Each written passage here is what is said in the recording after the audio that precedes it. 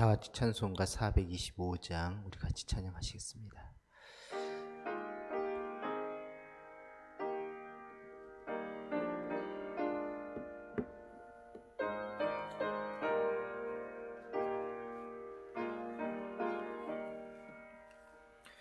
주님의 뜻을 이루소서. 고요한 중에 기다리니 진흙과 같은 날 빚으사 주님의 형상 만드소서. 주님의 뜻을 이루소서. 주님 발 앞에 엎드리니 나의 맘속을 살피시사 눈보다 이게 하옵소서. 주님의 뜻을 이루소서. 병들어 몸이 피곤할 때 변능의 손을 내게 펴사 강건케 하여 주옵소서. 주님의 뜻을 이루소서. 온전히 나를 주장하사 주님과 함께 동행함을 만민이 알게 하옵소서. 아멘.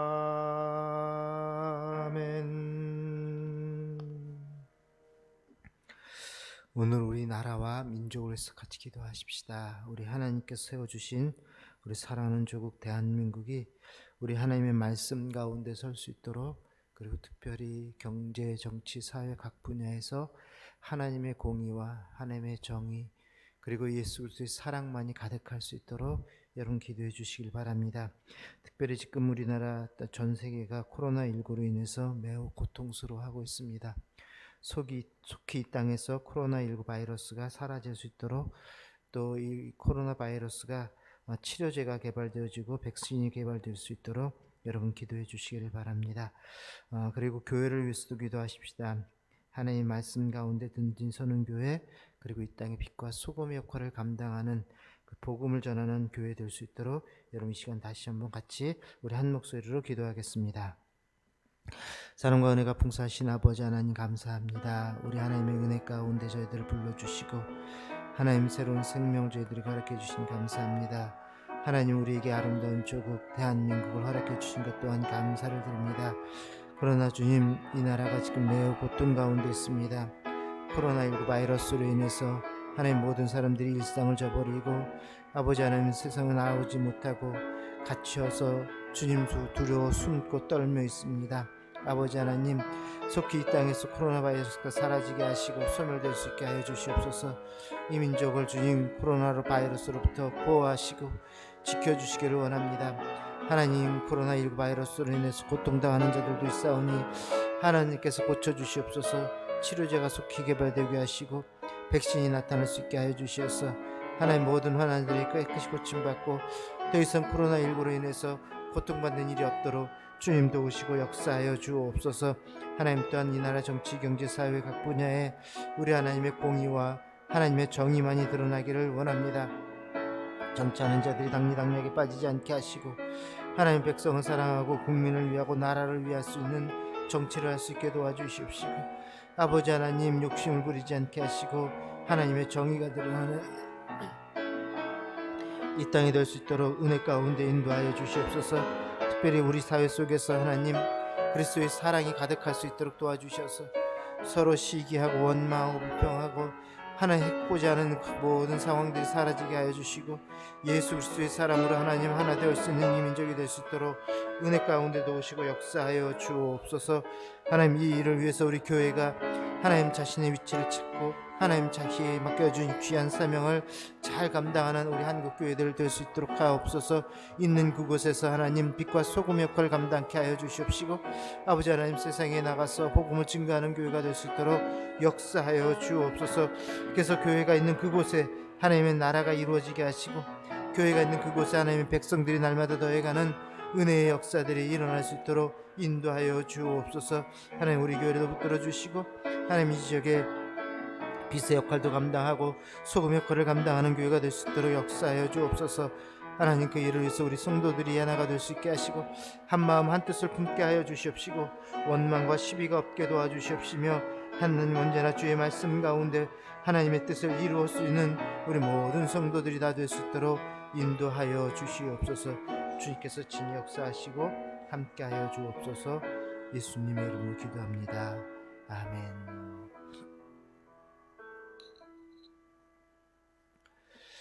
하나님의 말씀은 빌립보서 2장 14절 말씀입니다.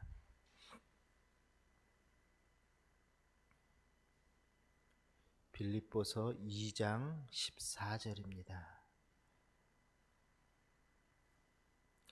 이 말씀 우리 한 목소리로 같이 봉독하십시다. 모든 일을 원망과 시비가 없이 하라. 아멘. 우리는 그동안 이 빌립보 교인들을 향해서 너희의 구원을 이루어 가라라는 이 바울의 명령에 대해서 우리가 살펴보았습니다. 너희는 구원을 이루어 가라. 여러분 구원은요 받는 것으로 끝나는 것이 아니라는 것이죠. 계속해서 이루어 가야 한다라는 것입니다. 예수 안에서 새롭게 거듭난 후에 그 갓난아기 상태로 그냥 남아있는 것이 아니라 계속해서 그리스도의 장성한 분량까지 이르기까지 자라나야 한다라는 것이. 우리 아이들이 자라지 않으면 우리 엄마들 마음이 얼마나 아픕니까? 키가 좀 커야 되는데. 그래서 뭐 키 크는 영양제도 먹이고 뭐 심지어는 아이들 다리 늘어나라고 수술까지도 하기도 하고. 여러분 그 어린아이 상태, 그 갓난아이 상태에 머물러 있는 것은요 귀여움을 평생 유지하고 있는 모습이 아니라 공포가 될 수 있다라는 것이. 그래서 우리도 마찬가지로 그리스도를 믿고 나서 새롭게 거듭나서 갓난아이 상태가 됐다 할지라도 이제는 계속해서 성장하고 자라나야 한다라는 것이. 자, 이렇게 그리스도의 분량에 이르기까지 성장하는 것을 신학적 전문 용어로 뭐라고 이야기하냐면 성화라고 이야기를 합니다. 거룩하게 계속 성장하는 것을 이야기하는 것이. 자, 그런데 과연 이렇게 성화가 우리 안에서 이루어질까? 그런 일이 가능할까라는 것이죠. 여러분들 어떻게 생각하세요? 우리가 거룩하게 되는 것이 가능할까요? 가능하다라는 것이. 그러니까 사도 바울이 구원을 이루라라고 말씀하는 것 아니겠습니까? 자, 우리가 거룩해지는 것, 성화의 단계로 나아가는 것이 가능한 이유가 무엇이냐면 우리 안에서 행하시는 이가 하나님이시기 때문에 그렇습니다. 우리가 예수 그리스도를 믿고 난 다음에 주님께서 우리 안에 들어오셔서 이제는 우리 안에서 활동하고 계시기 때문에 주님 때문에 우리가 거룩해질 수 있다라는 거예요. 자라갈 수 있다라는 것입니다. 어제 제가 이것을 어떤 목사님이 비유한 것으로 말씀을 드렸는데 우리는 이제는 홀몸이 아니다라고 말씀을 드렸어요. 우리 여성분들 아기를 갖게 되면 몸에 변화가 일어나잖아요. 그동안 좋아했던 것이 갑자기 싫어지기도 하고 또 이상하게도 생전 처음 보는 것이 먹고 싶기도 하고 이 몸에 변화가 일어나서 어떤 것은 거부를 하게 되지만 또 어떤 것은 계속해서 받아들이고 찾게 되는 모습. 자, 이것처럼 우리가 예수 그리스도를 믿음으로 거듭나서 새롭게 태어나게 되면 그 다음부터는 우리가 변화가 일어나야 된다. 왜? 주님께서 내 속에 계시기 때문에 이제는 우리는 홀몸이 아니라는 것이.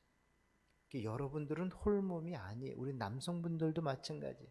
이제는 우리는 홀몸이 아니에요. 그럼 우리 속에 누가 계셔요? 하나님이 계시다라는. 하나님이 계시기에 우리는 홀몸이 아니라는 것입니다. 그래서 그 하나님으로부터 이제 우리 속에서 하나님이 이런저런 요구를 하고 계시다.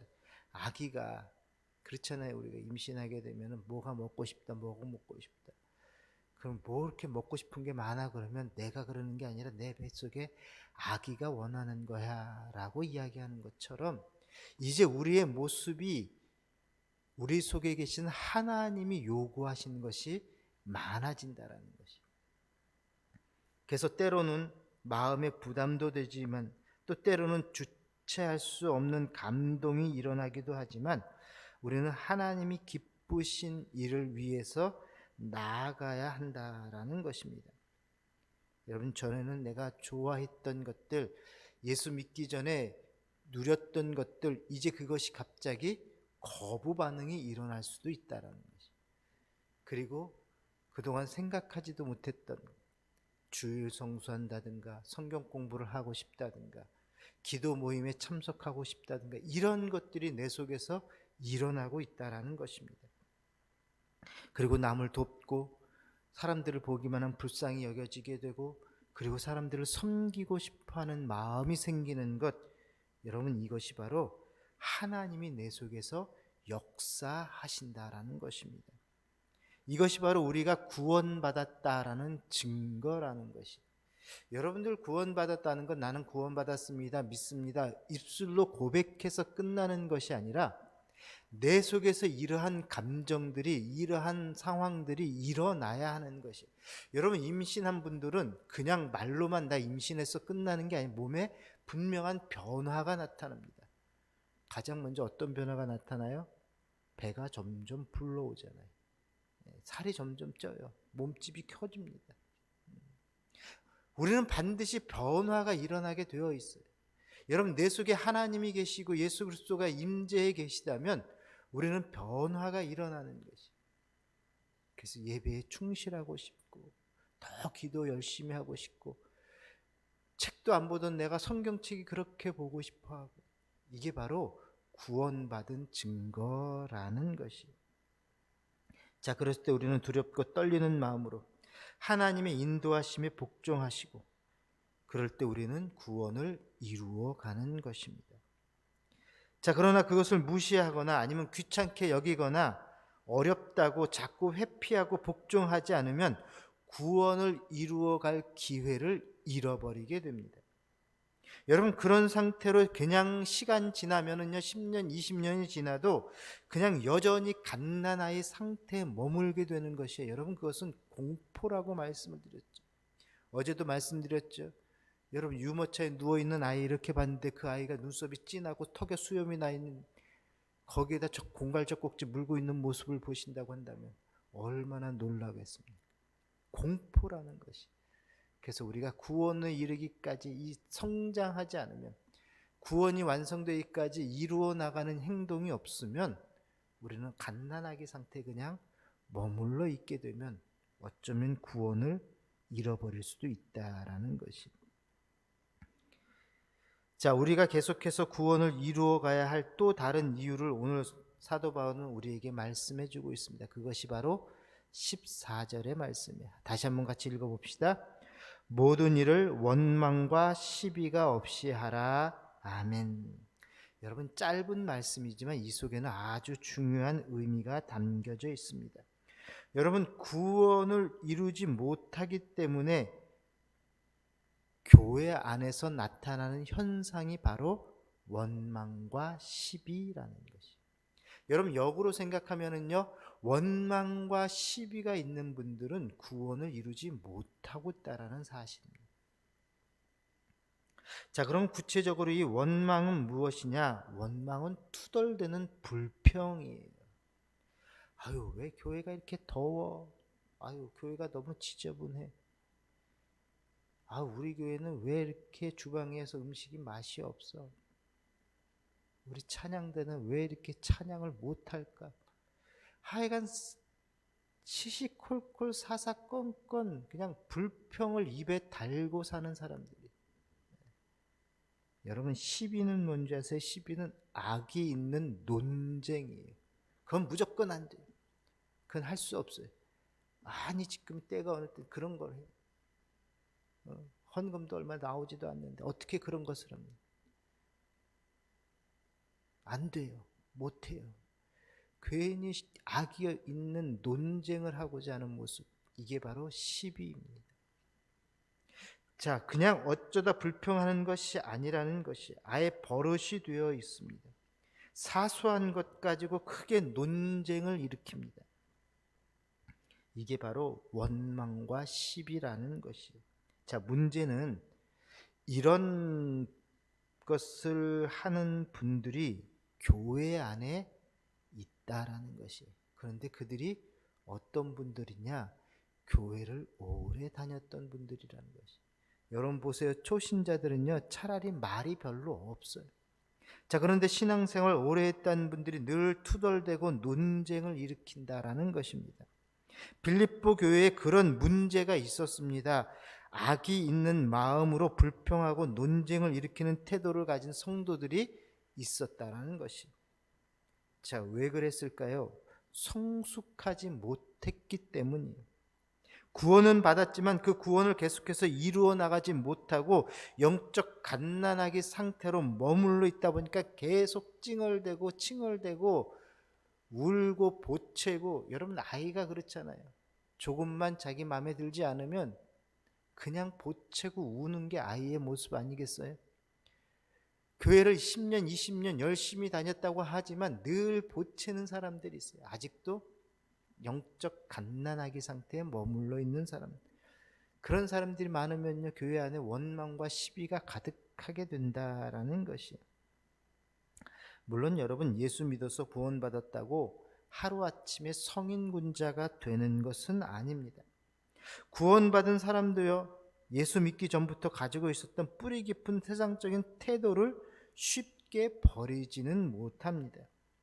그래서 구원을 이루어 가야 한다라는 것이, 계속해서 영적으로 자라가야 한다라는 것이죠. 여러분, 우리 이스라엘 백성들을 한번 생각해 보십시다. 그들이 애굽에서 종살이를 하다가 정말 하나님의 큰 은혜로 그들이 탈출을 하게 되지 않았습니까? 극적으로 구원을 받아 자유인이 되었습니다. 자, 그런데 하나님의 종 모세를 통해서 약속의 땅 가나안으로 인도함을 받는 과정에서 어떤 일이 일어났어요? 그들의 행동을 두 단어로 요약하면 원망과 시비가 일어났다라는 것이. 광야 생활 내내 사사건건 하나님을 원망하고 모세에게 시비를 걸었습니다. 왜 그럴까요? 그들의 옛 습관, 옛 버릇이 그냥 남아 있었기 때문이라는 것이. 그들의 영혼 깊은 곳에 뿌리박고 있는 이 세상의 쓴 뿌리들이 그 속에 그냥 아직도 자리 잡고 있었기 때문이라는 것이죠. 우리는 이스라엘 백성들의 원망의 극치를 어디서 볼 수 있냐면 민수기 14장에서 볼 수가 있습니다. 바로 출애굽한 2년 만에 약속의 땅 가나안 땅에 거의 도착하게 되었어요. 자, 이제 그들은 들어가기만 하면 됩니다. 근데 모세가 이때 앞서서 12명의 정탐꾼을 먼저 가나안 땅에 들어보내죠. 자, 그 땅을 정탐하고 오라고 이야기를 합니다. 그래서 이들이 정탐하고 왔는데 뭐라고 이야기를 합니까? 10명의 사람들이 이렇게 보고를 합니다. 우리가 탐지한 그 땅은 거인들이 있는 그런 땅이라. 원주민들이 얼마나 큰지 우리는 마치 메뚜기와 같다. 우리는 결코 그 땅에 들어갈 수 없을 거야. 우리는 이제 다 죽었어 라고 이야기를 하죠. 자, 이 말을 듣고 이스라엘 온 회중들이 어떻게 합니까? 밤새 통곡을 합니다. 그리고 모세와 아론을 원망을 합니다. 왜 우리를 애굽 땅에서 이끌어내서 이 광야에서 죽게 만드느냐? 그냥 그대로 두었으면 우리가 거기서 그냥 살 수 있었을 터인데 아니면 그냥 광야에서 죽었으면 좋았을 걸 왜 이제 가나안 땅으로 들어와서 우리를 죽게 하려고 하느냐. 여러분, 원망과 시비로 가득 차 있죠. 심지어 뭐라고 이야기합니까? 야, 우리 이제 그냥 돌아가자. 애굽 땅으로 가자. 그래서 실제로 지도자를 세워서 모세를 반역하는 일들이 벌어지기도 했습니다. 자, 여러분, 이스라엘 백성들은요, 구원받은 사람들이었습니다. 그들은 10가지 재앙도 목격했고요, 또 홍해가 갈라지는 것을 경험도 했습니다. 또 만나와 메추라기를 먹기도 했습니다. 하늘의 신령한 음식까지도 먹었고, 또 시내산에서 하나님의 임재를 목격했고 하나님과 계약도 맺었어요. 자, 그들은 분명히 구원받은 백성들이었습니다. 자, 그러나 그들의 구원을 이루지는 못했어요. 약속의 땅을 향해 가는 믿음으로 나아갔다면, 두렵고 떨리는 마음으로 복종하며 나아갔다면 더 큰 놀라운 하나님의 구원을 맛보았을 터인데, 그들은 오히려 원망과 시비하다 그만 구원받지 못하고 망하고 말았습니다. 사실 그들은 40년 동안 광야 생활을 할 민족이 아니었다는 것이에요. 우리 주님의 계획은요, 2년 만에 가나안 땅으로 들여보내는 것이었어요. 그래서 여러분, 그들은 출애굽한 이후에 2년 만에 가나안 땅 입구에 도착을 했어요. 그런데 거기서 그들은 원망과 시비를 하는 바람에 40년을 광야를 헤매게 되고 결국 갈렙과 여호수아를 뺀 나머지는 그냥 광야에서 죽고 말았다라는 것이. 여러분, 애굽의 종살이에서 구원받았다고 끝이 아니라는 것입니다. 계속해서 자라나야 하는 것이에요. 왜냐하면 그 안에는 노예근성, 열등감, 허기짐, 그런 세상적 쓴뿌리들이 남아있기 때문에 그렇습니다. 그것은요, 구원받았다고 해서 하루아침에 없어지는 것이 아닙니다.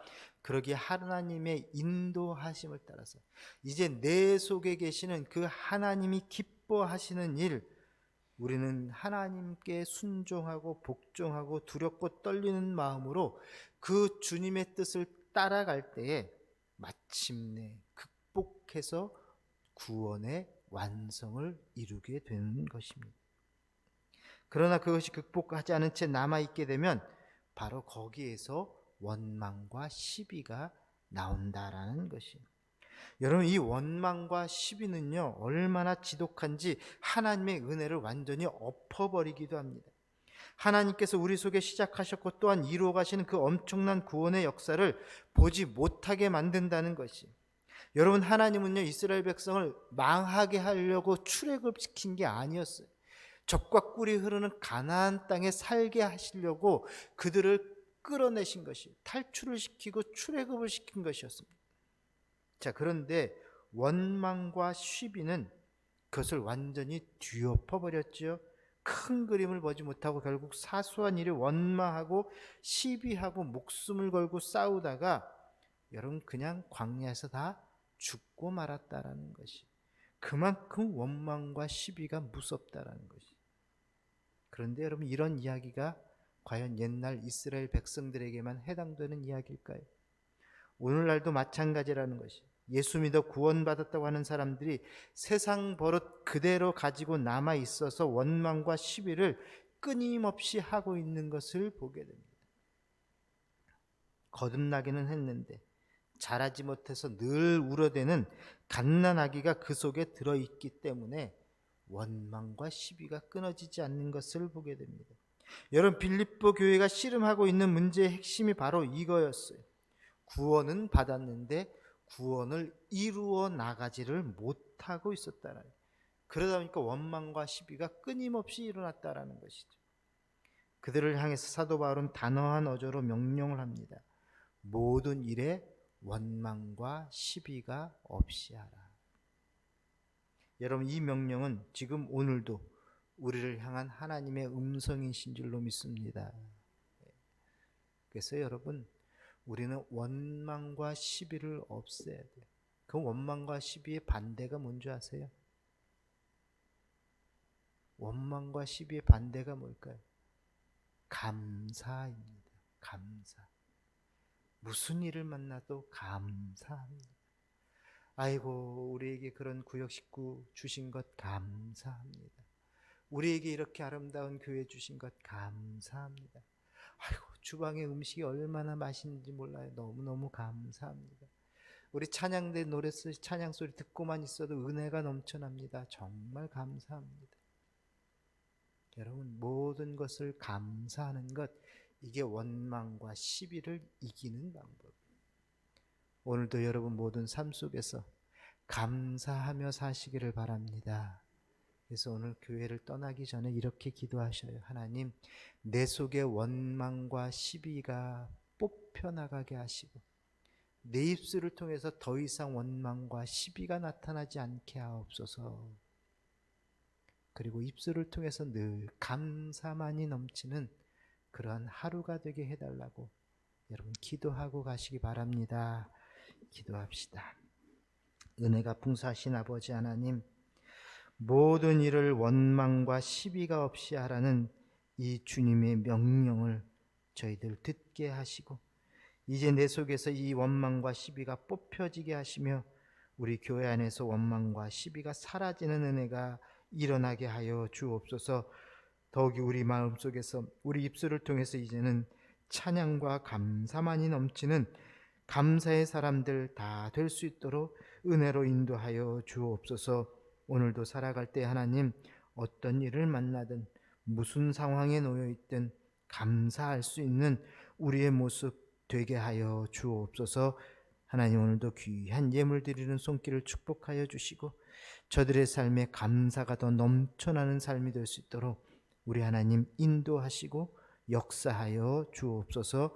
예수님 이름으로 기도합니다. 아멘. 하늘에 계신 우리 아버지, 이름을 거룩하게 하시며 아버지의 나라가 오게 하시며 아버지의 뜻이 하늘에서와 같이 땅에서도 이루어지게 하소서. 오늘 우리에게 일용할 양식을 주시고 우리가 우리에게 잘못한 사람을 용서하여 준 것 같이 우리 죄를 용서하여 주시고 우리를 시험에 빠지지 않게 하시고 악에서 구하소서. 나라와 권능과 영광이 영원히 아버지의 것입니다. 아멘. 자유롭게 기도하다 가시기 바랍니다.